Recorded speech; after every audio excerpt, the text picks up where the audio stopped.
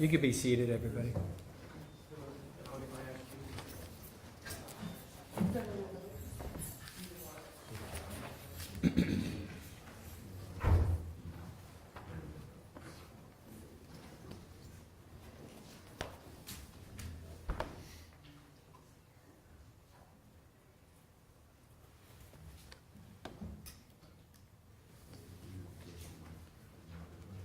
What'd you do to get the air not blowing? I turned it down.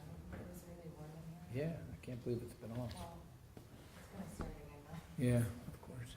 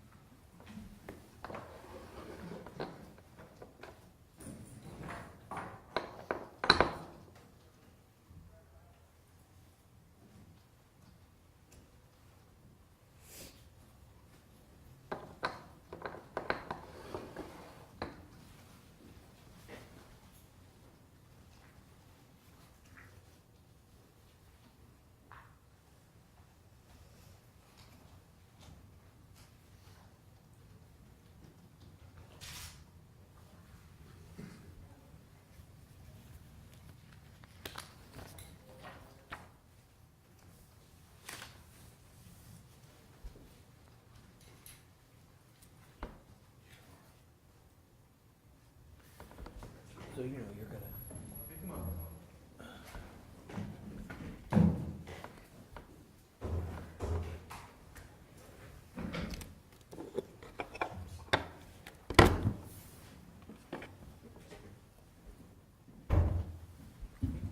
All right, so we're on the record this morning, case 692604, State of Ohio versus Bionca Ellis. Good morning, Miss Ellis. We're here this morning just for our final pretrial. This case is set for trial on Wednesday. A couple motions that are pending with respect to the trial that I'm going to ask parties to discuss. Before we do that, I just want to make sure I just go through some logistics that we just spoke about so that we're all on the same page. So, Ms. Feralia, thank you for being here because I know you're currently in trial. The expectation is that we all think that you'll complete your trial maybe Tuesday, but for sure we give you the day of Wednesday. The trial here is to start on Wednesday, but in fact we had put that in our calendar for really a questionnaire of the jurors. So if I could have you on Wednesday morning just to greet the jurors with my opening comments before they fill out the questionnaire. I think we all agree the questionnaire will be completed. Those 70 jurors will be excused for the day, and we'll reconvene on Thursday with all 70 jurors being here. We'll only bring 40 up initially and begin our voir dire and our questioning of those 40 jurors, and that's how we'll begin on Thursday. We are off on Friday, and then we'll continue to voir dire the jury until we have one impaneled. I did mention to all of you that I'll have 16 jurors, so I'll have 4 alternates as well with respect to the case. The courtroom's a little tight, but I think I'd prefer, I know there are two different thoughts process of how we should conduct a voir dire, but I'm comfortable with this being in the courtroom the way it is. It may be that I may be able to move some tables a little bit further back if you think it's too close, but I'll try to do that adjustment with the sheriff and my staff today as well. And then finally, with respect to the trial, we're going to move forward, in a fashion that's timely. Of course, my job, Ms. Ellis, is to protect the constitutional rights regarding a trial, and so that's my job, and I'm going to continue to do that. All of you proposed a questionnaire to me. And I've modified that questionnaire, and we've talked a little bit about that. I'll ask Kathleen to make sure that that's provided to you this morning with the modifications that I suggested. And I'd ask by the end of today that you give some thumbs up or some suggestions, and I'll make my final changes to that questionnaire and provide that. Again, we'll be handling matters on the 12th floor. Again, we'll do that outside of the public view regarding this jury and the questionnaires and those questions as well. And then with respect to the well, let me ask, anything further with respect to those discussions that we talked about? Anything from the state of Ohio? And I'll note for the record that Ms. Pateo and Ms. Fralia are here, but also Mr. Miranda has joined the table, Anthony Miranda for the state. And counsel are present, Mr. Mack and Mr. Johnson for Ms. Ellis. But just regarding the jury, anything that I may have missed, Ms. Fralia, regarding our discussions in chambers? No, Your Honor, and thank you for the courtesy. Okay, We should thank you. be concluding either tomorrow evening or Wednesday morning at the latest. Very good, thank you. Mr. Mack, anything I may have missed? Nothing further. No. Okay, thank you. All right, so then let's go to the two motions. So let's go to the motion first, just to hear arguments, and I'll take it under advisement, is the motion to sequester the jury during the trial. Mr. Mack. Judge, on behalf of Ms. Ellis, this is a high-profile case with significant media coverage, and we requested that you sequester the jury throughout the entire trial.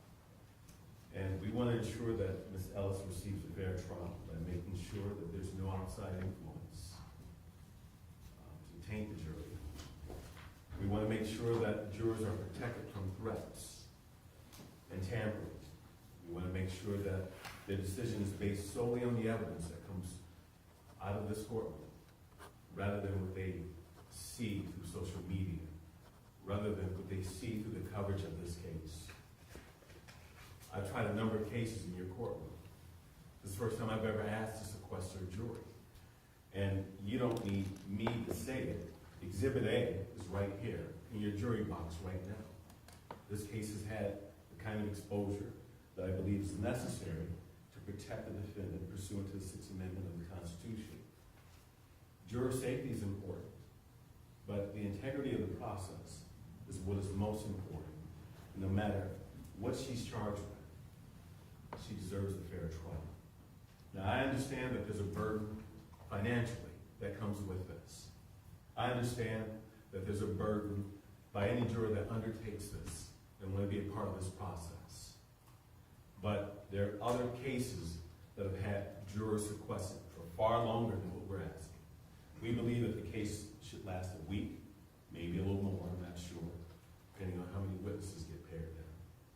But the financial burden and the burden to each individual juror does not outweigh the fairness and the integrity of the process for her.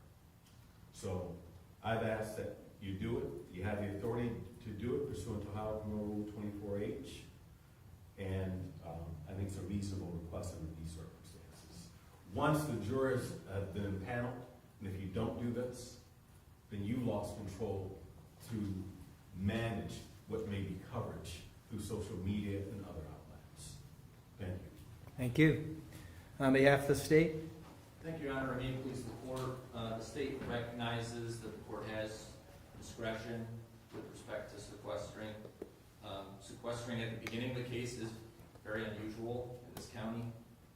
It's appropriate to guard against improper media or media improperly influencing jurors, but there are standard jury instructions that the court can provide the jury to guard against any risk that they're improperly listening to media or social media. Sequestering at the start of this case would cause a substantial inconvenience to the jurors who have family outside of this case. So for that reason, we would ask the court to deny the motion. All right, thank you. Anything further? Judge, I don't think that unusual is the litmus test. I mean, that's not the test. And instruction is given in the beginning of the case, but you don't know what folks are going to do once they're home. Once they're around their family, around people that they trust. And inconvenience certainly is not the standard. So there's a reason why you have the discretion. I think you should employ it in this. All right, thank you. All right, I'll take the matter under consideration, and I'll have a ruling before the end of the day here. With respect to the second motion, I know we had some further discussions, and I've had an opportunity to review some of the evidence that may come in, or at least may be presented by the state. That second motion was a motion in limine to exclude irrelevant, repetitive, and unfairly prejudicial photographs. And so, Mr. Johnson, why don't I hear from you? Your Honor, may it please the court, I believe at Chambers, we had opportunity to get some access to what we wanted to see, and I think we probably have a stipulation that would pare down a lot of the unnecessary photos, even though they might be inflammatory or prejudicial for the required state to present. All right, and so we'll note, Ms. Bralia, that when looking through, I think, the autopsy photos, we've narrowed those from 200 plus to 9, and I've had a chance to review those as well. And is that acceptable to the state? Yes, Your Honor, there's actually 10. And in addition to what Mr. Johnson indicated, there also will be some crime scene photographs, drone footage, and videos from different parts of the day prior to the homicide and then after the homicide. But all of those will be shared with the defense prior to the commencement of trial if possible. And as standard, once a trial begins and something needs to be shown, that's always shared with the defense, and if they have an objection, then you, being the arbiter of the law, make that determination.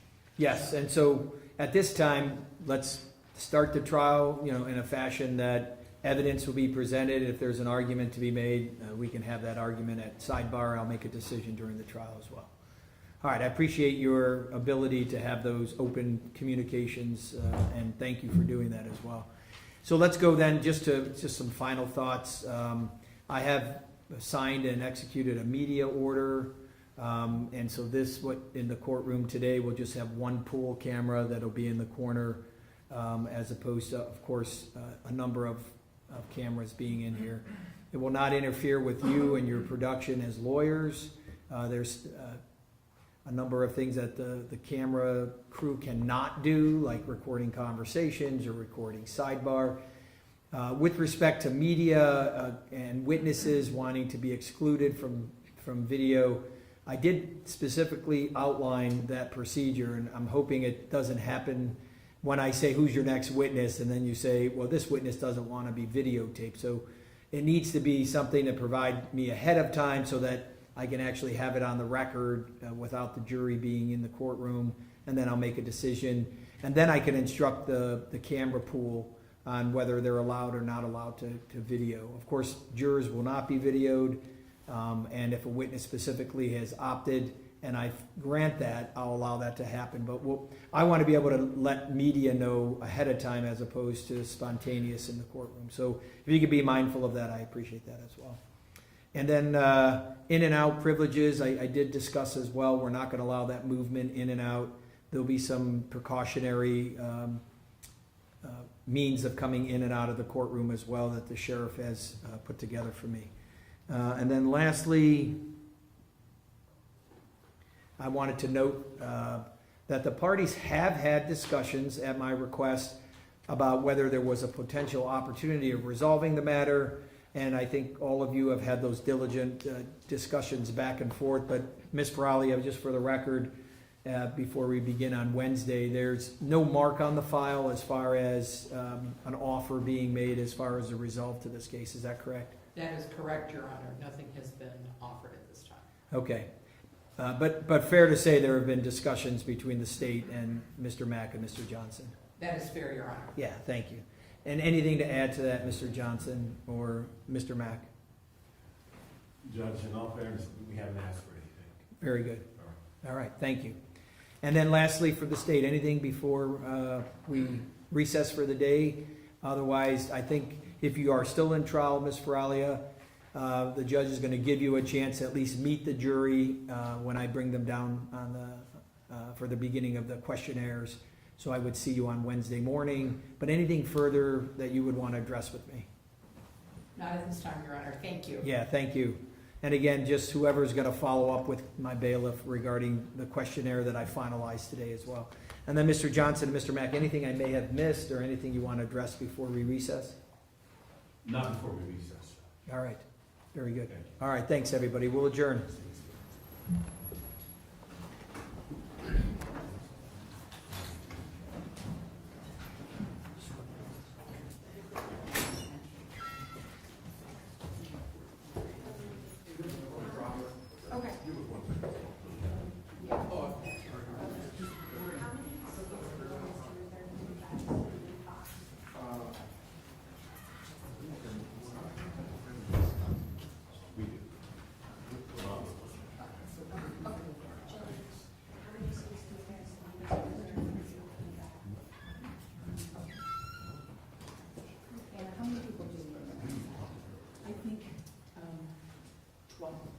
Okay, Yeah.